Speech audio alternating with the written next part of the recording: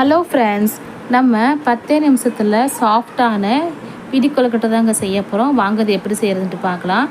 First ஒரு கடாயில் 2 cup அளவுக்கு அரிசி மாவு சேர்த்துக்கலாங்க. நான் வீட்டில் அரைச்ச இடியப்ப மாவு தான் சேர்த்துருக்கேன். நீங்கள் கடையில் வாங்கின அரிசி மாவு கூட சேர்த்துக்கலாங்க. எந்த அரிசி மாவு இருந்தாலும் ஒரு தடவை வறுத்துட்டு சேர்த்தோம்னா கொழுக்கட்டை நல்லா சாஃப்டாக இருக்கும். இப்போ 2 கப்பு அரிசி மாவு சேர்த்தாச்சு. அதில் கொஞ்சமாக சால்ட் உப்பு சேர்த்துக்கலாங்க. சேர்த்துட்டு ஒரு 5 நிமிஷம் போல் ஸ்டவ்வை லோ ஃப்ளேமில் வச்சுட்டு நல்லா வறுத்துக்கலாம். நல்லா மணல் மணலாக வறுக்கணுங்க, அந்தளவுக்கு இருந்தால் போதும். இப்போ பாருங்கள், நல்லா வறுபட்டுருச்சுங்க. இப்போ இதை அப்படியே தனியாக எடுத்து வச்சிடலாம். நம்ம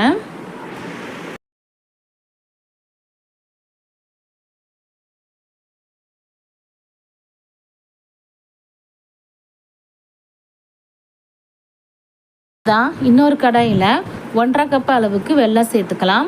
2 கப்பு மாவுக்கு 1.5 கப்பு வெல்லம் சரியாக இருக்குங்க. 1 கப் மாவு எடுத்திங்கன்னா 3/4 கப்பு வெல்லம். இப்போ நம்ம மாவு வந்து எந்த கப்பில் எடுத்தோமோ அதே கப்பில் 2 கப்பு அளவுக்கு தண்ணி சேர்த்துக்கணுங்க. 2 கப்பு அரிசி மாவு சேர்த்தோம், அதனால் 2 கப்பு தண்ணி சேர்த்துட்டு இது நல்லா கரைஞ்சி கொதித்து வந்தால் போதும்.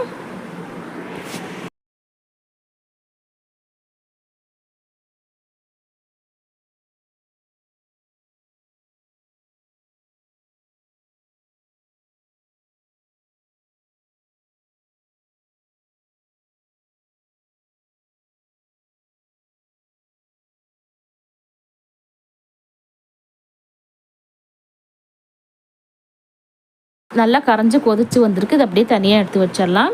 இப்போ இன்னொரு கடாயில் தேவையான அளவுக்கு கருப்பு எள்ளு சேர்த்துக்கலாங்க. சேர்த்துட்டு நல்லா வறுத்துக்கலாங்க. நல்லா வெடித்து வரட்டும். இது கூடவே தேங்காய் வந்து நான் பல்லாக கீறி போட்டிருக்கேன், அதையும் சேர்த்துட்டு நல்லா வறுத்துக்கலாம்.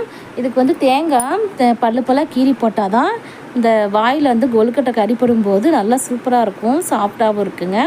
இது நல்லா வறுத்துக்கலாம். இப்போ தேங்காயும் எள்ளையும் நல்லா வறுத்துக்கலாம்.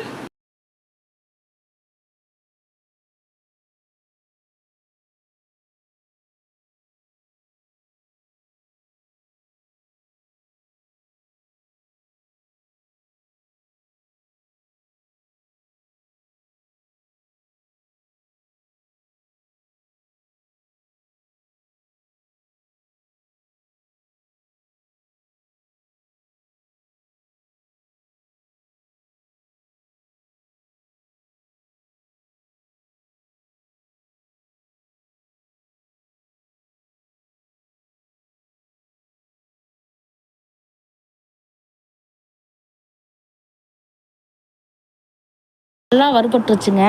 இது தனியாக எடுத்து வச்சுக்கலாம். இப்போ நம்ம ஏற்கனவே வறுத்து வச்ச மாவில் நம்ம வெல்லம் வந்து கரைச்சி வச்சுருந்தோம், அதை அதில் வடிகட்டிக்கலாம்.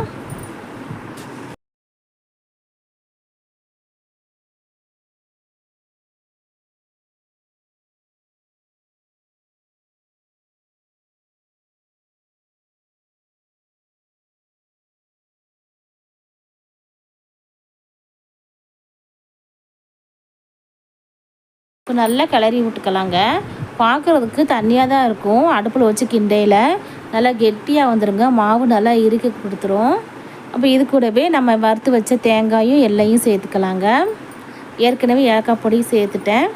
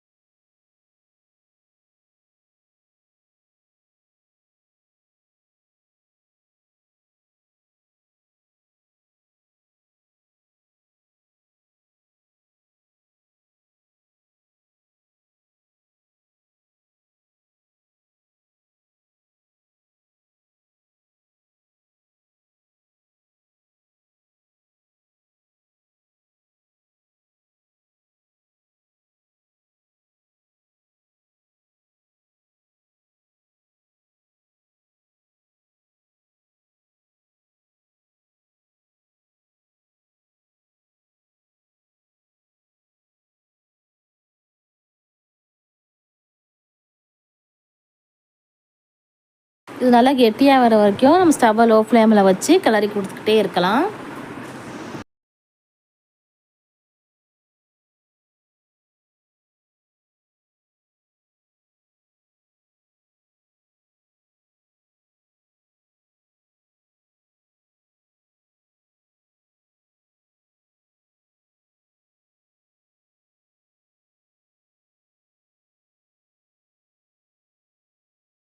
நல்லா கெட்டியாயிடுச்சு. இப்போ வந்து வேறு ஒரு பிளேட்டில் வந்து மாற்றிக்கலாங்க. நல்லா ஆறுனதுக்கப்புறமா கையில் கொஞ்சம் எண்ணெய் தடவிட்டு நம்ம கொழுக்கட்டை பிடிச்சி வச்சிடலாங்க.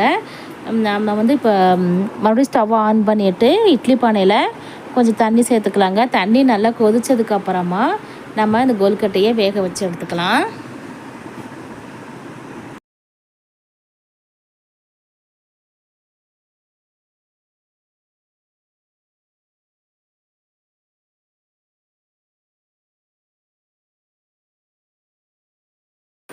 பாருங்கள், தண்ணி நல்லா கொதிச்சிருச்சு. எனக்கு 2 தட்டு வந்திருக்குதுங்க.